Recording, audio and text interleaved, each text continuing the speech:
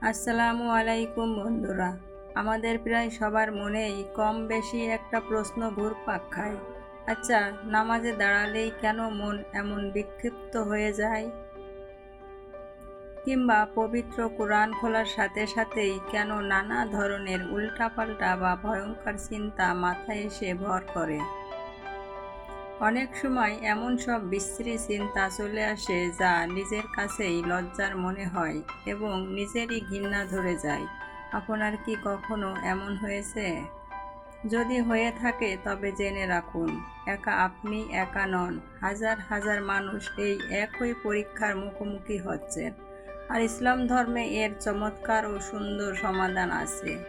চলুন প্রথমে জেনে নেওয়া যাক, এই বাজে বা নেতিবাচক চিন্তাগুলো আসলে আমাদের মাথায় কেন আসে।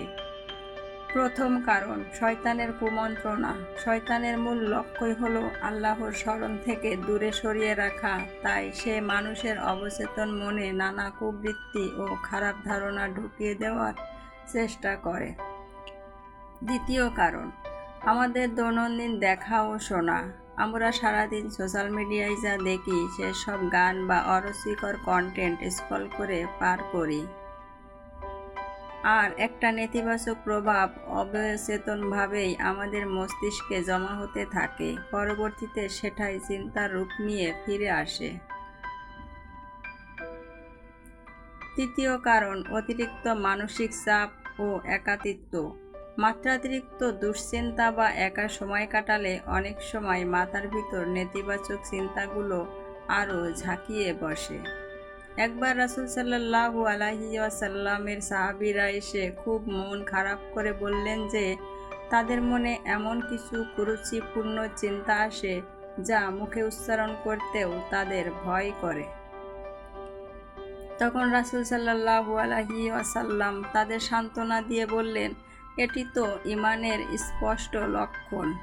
কারণ একজন প্রকৃত মুমিন ব্যক্তি কদর্য বা খারাপ চিন্তাকে মনে প্রাণে ঘৃণা করে। মনে রাখবেন, মাথায় কোনো বাজে চিন্তা আসা আর নিজের ইচ্ছায় সেই অনুযায়ী খারাপ কাজ করা দুটোই সম্পূর্ণ আলাদা জিনিস। আল্লাহ তাআলা আমাদের মনের অনিচ্ছাকৃত কোনো ক্ষণস্থায়ী চিন্তার জন্য কখনোই শাস্তি দেবেন না, যতক্ষণ না আমরা মুখে তা প্রকাশ করছি বা বাস্তবে রূপ দিচ্ছি। এই দারুণ সত্যটি জানার পর নিশ্চয় আপনার মনে কিছুটা হলেও প্রশান্তি আসে। এখন প্রশ্ন হলো, এই বিরক্তিকর চিন্তাগুলো মাথা থেকে চিরতরে তাড়ানোর উপায় কী? প্রথম উপায়, যখনই এমন কোনো কুমন্ত্রণা মনে আসবে সঙ্গে সঙ্গে মুখে পড়ে নিন, আউযু বিল্লাহি মিনাশ শাইতানির রাজিম। আল্লাহর কাছে শয়তানের প্ররোচনা থেকে তাৎক্ষণিক আশ্রয় চান।